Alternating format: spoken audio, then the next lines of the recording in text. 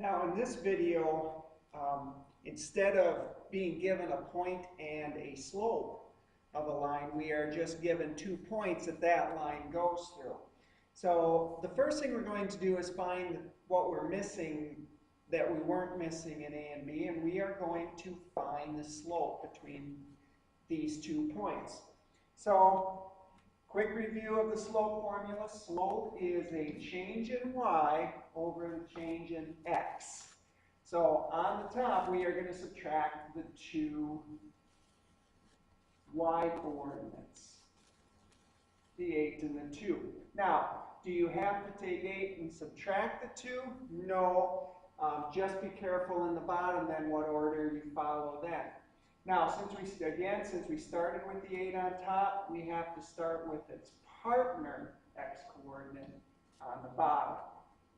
If we did 2 minus 8 on top, then we'd have to have it 3 minus 5 in the denominator. So just be careful of that order. Doing the arithmetic, we end up with 6 in the numerator and 2 in the denominator, so the slope is 3. So then now, we have a slope, and we have a point that it goes through. So on these types of problems, it's okay to have possibly a couple of different answers. If you decided to use a point 3, 2, we take y, since the y coordinate is 2, minus 2 equals the slope, and then in parentheses we have x minus the x coordinate of that same point. If you chose to use the point 5, 8 instead, then you take the y coordinate, change the sign, so it's y minus 8 equals that same slope times x minus that x coordinate. Okay. And those are 2 possible solutions for that equation of that line. Notice how in the directions I say write an equation for the line through those 2 points, not the equation. There's more than one possibility to use there.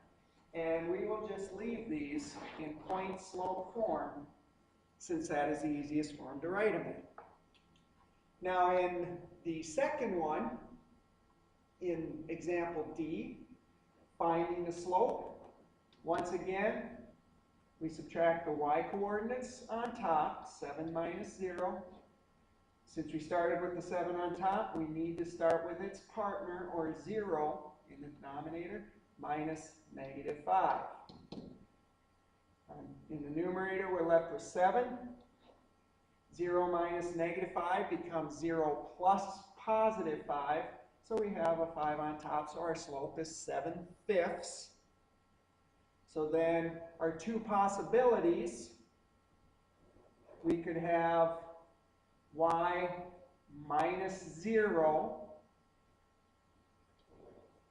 or if you just left that off, that would be okay, equals our slope times a quantity, x plus 5. The reason it becomes plus 5 is because, remember, change the sign.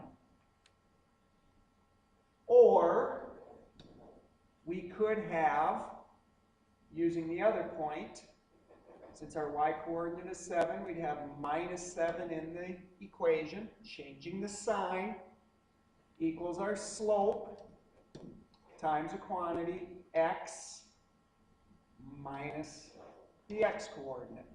If you left it like those, that would be okay.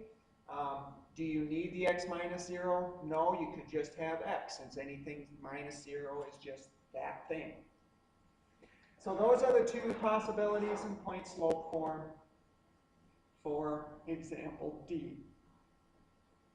In the next video, we will look at rewriting equations in standard form.